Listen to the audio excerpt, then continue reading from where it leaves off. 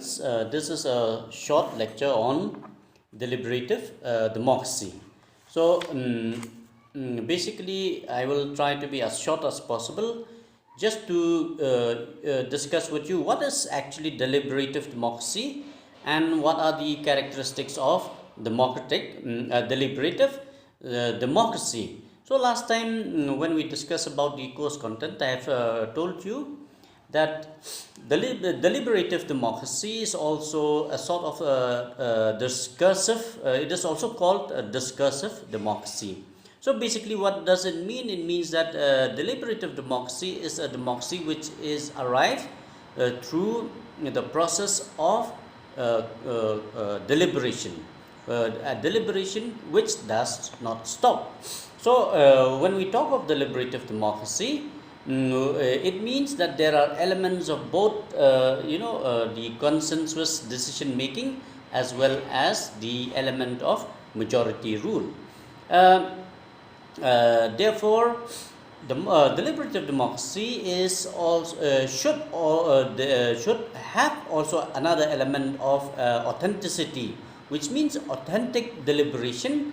Which takes place and not merely through the process of voting, but as the primary source of legitimacy. Not necessarily that people have voted for a government in majority that government has the legitimacy to take all the decisions using its executive power. For example, let me just give you one very important anecdote. We all remember the Iraq war, in which actually George Bush and his his representative took the decision to go to war, and in that particular context, the deliberation has taken place over a very long period of time. In fact, it was one of the longest period over which deliberation took place before the United States of America, or the people who ruled the United States of America, actually finally took the decision to attack Iraq, and on the basis of the question of national interest as well as a preventive measures for world peace. That was the kind of argument that was made at that point of time. So George Bush, therefore, at that point of time, he through the advice of his advisors, which were at that point of time primarily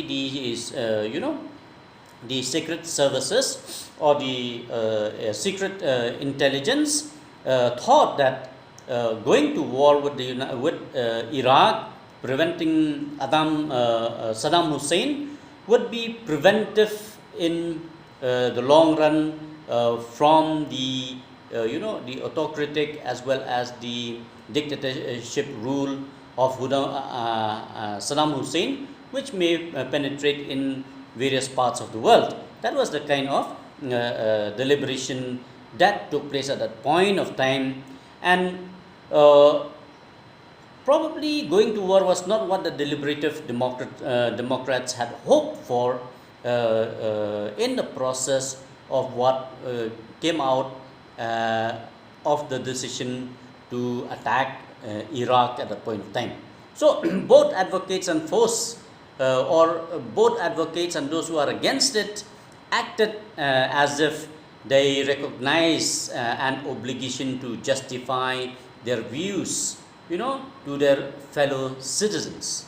So both those who are for the war and those who are against the war, they tried their best to deliberate, to argue, to debate on the consequence of war.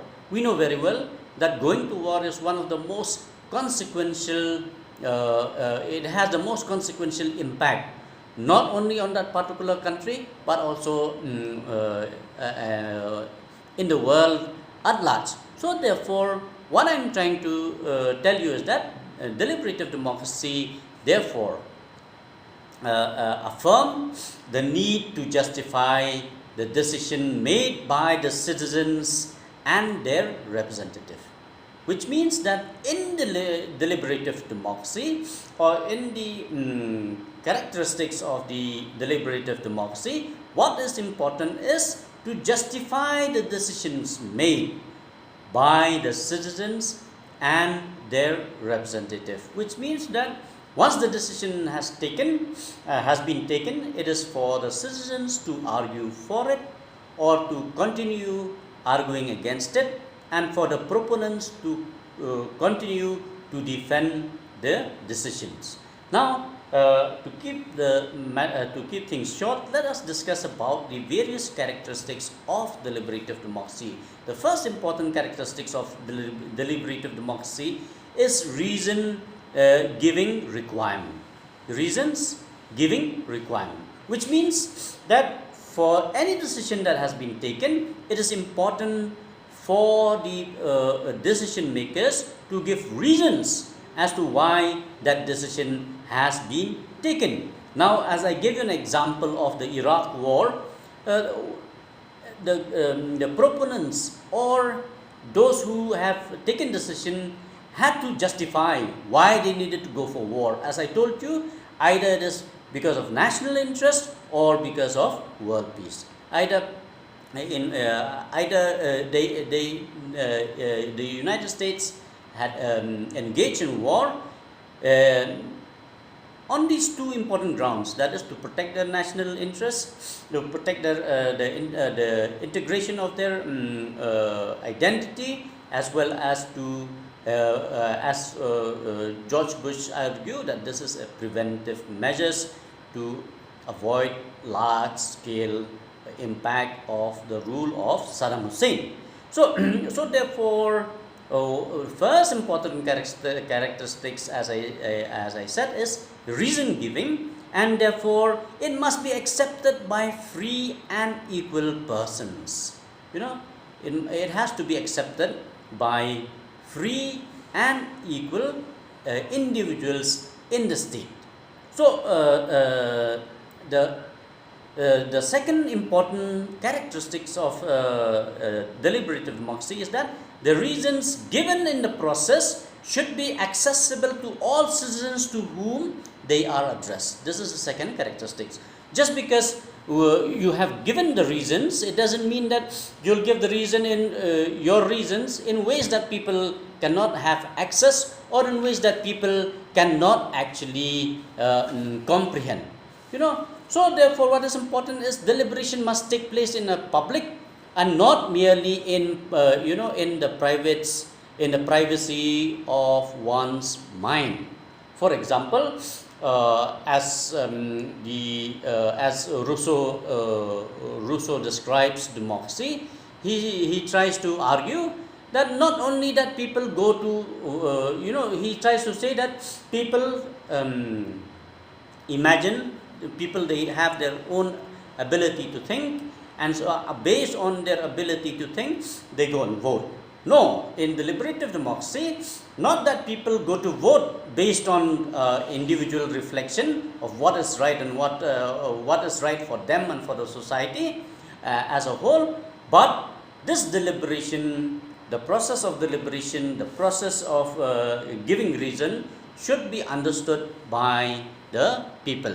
So therefore, the second important thing about the reason giving process, in which it should be accessible to all the citizens, must be that the content should be made public, and this content which is made public must be content that can be easily understood by each individual who are participating in the democratic process. So people should be able to understand, and they must not necessarily only appeal to authority of revelation, whether they are divine or secular in nature.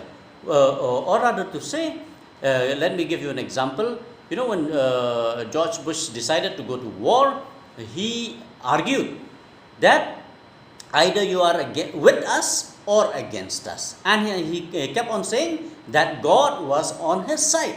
So if you are with God, you have to support the war, and if you are not with God, then you may not support the war. It is the work of the evil. So in that particular context, I must say that deliberative democracy, the content of the accessible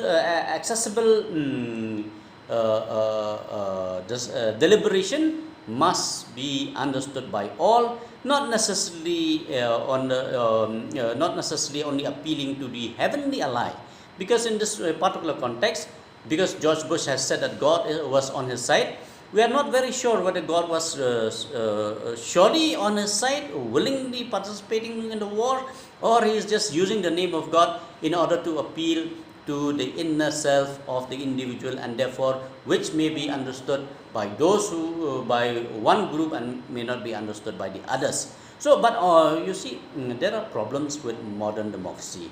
Modern democracy, most of the time, they rely, on expert.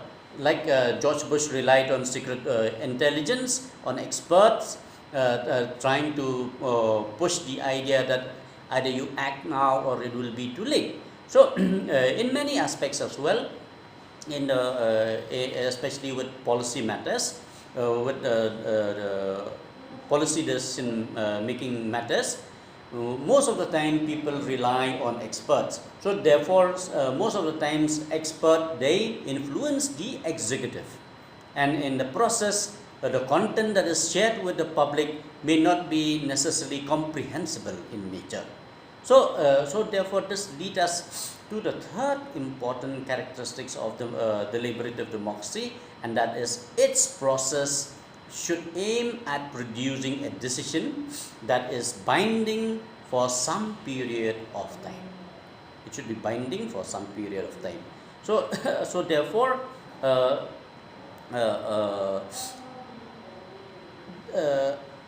the policy making decision or decision or deliberative decision, once it is taken, it should have certain span. It should be applicable to a certain period of time. Just it is not merely because there has been a dialogue, there has been debate. It is just a kind of show or a kind of academic seminar.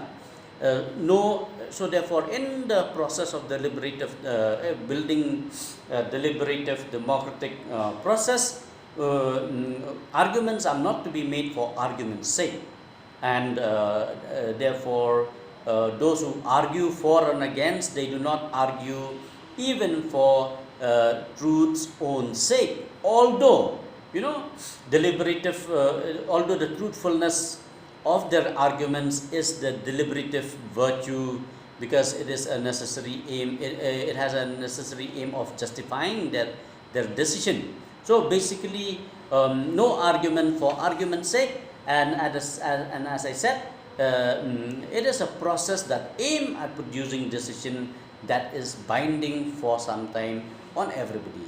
So therefore, the intent to a decision the government will make, or a process that will affect how the future decisions are made, should be based on the tangibility of that particular decision.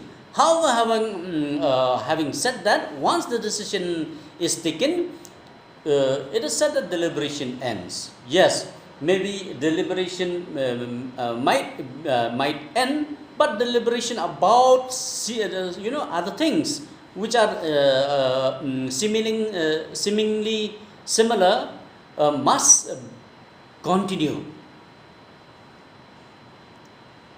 It must continue to raise different questions. We might argue that the original decision taken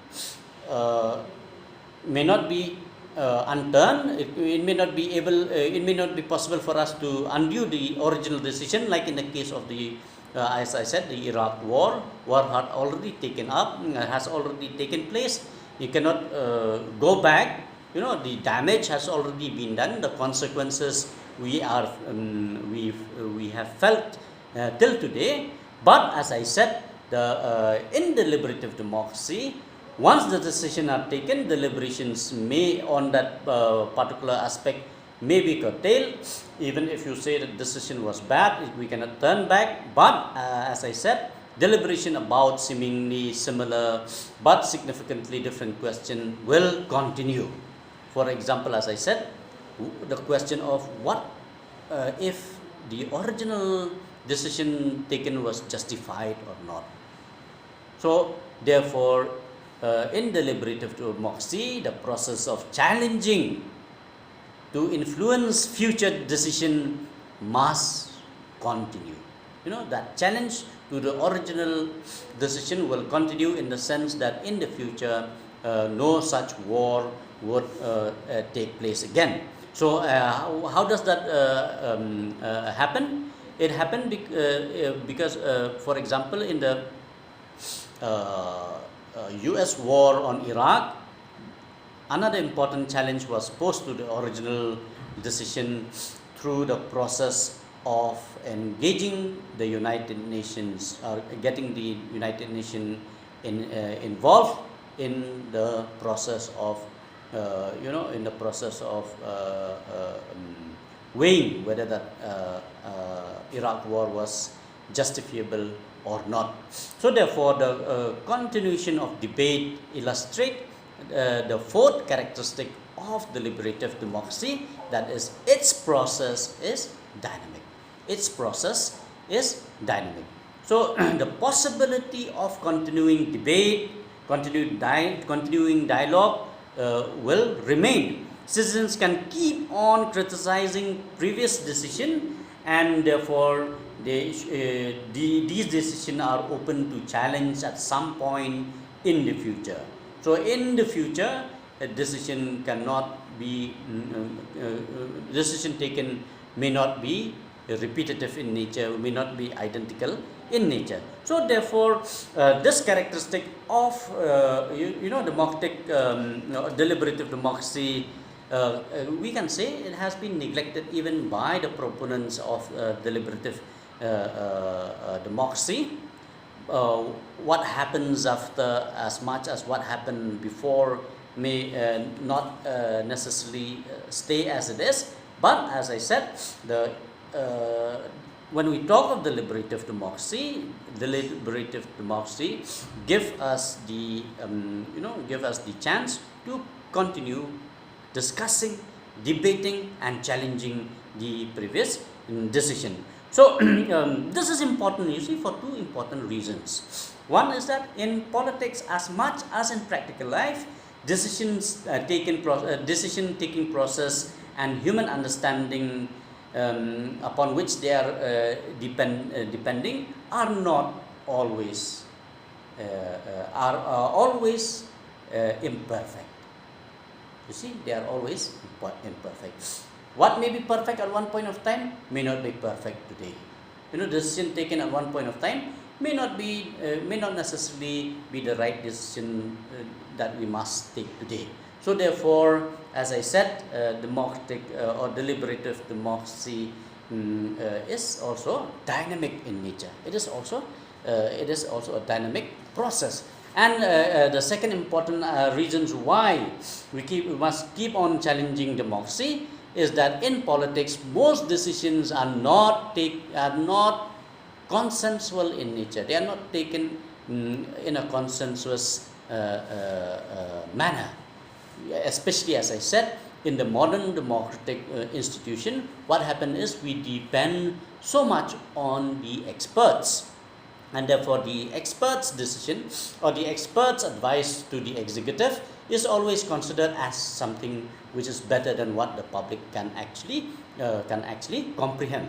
So therefore, because of all this deliberative democracy, we can in short say that is a form of government in which free and equal citizens and their representatives justify decisions in a process in which they give. So now, having discussed what is deliberative democracy, we must also ask some important questions. That is, to what extent deliberative democracy is democratic? To what extent deliberative democracy is democratic? we must ask that question. What purposes it serves? What is the purpose of having deliberation? What is the purpose of deliberative democracy? Why it is better than other alternatives? Why do you think deliberative democracy is better or not better than others? This is the next question that we should ask. What kind of deliberative democracy are justifiable? What kinds of deliberation is justifiable? Because there is deliberation, dialogue and debate, it does not necessarily mean that those dialogue and debate can be meaningful. Sometimes deliberation or debate are taking place for the sake of arguments, for the sake of competing with each other, for the sake of showing that we have the power to do so, and how its critics can be answered. Now, if we think that deliberative democracy is good or it is the best, how do we answer the critics of deliberative democracy? These are important questions which we can still go on discussing. But for now, this is deliberative democracy, and this is the process of having a deliberative democracy, or rather, these are the characteristics of deliberative democracy. Let me stop here. Thank you.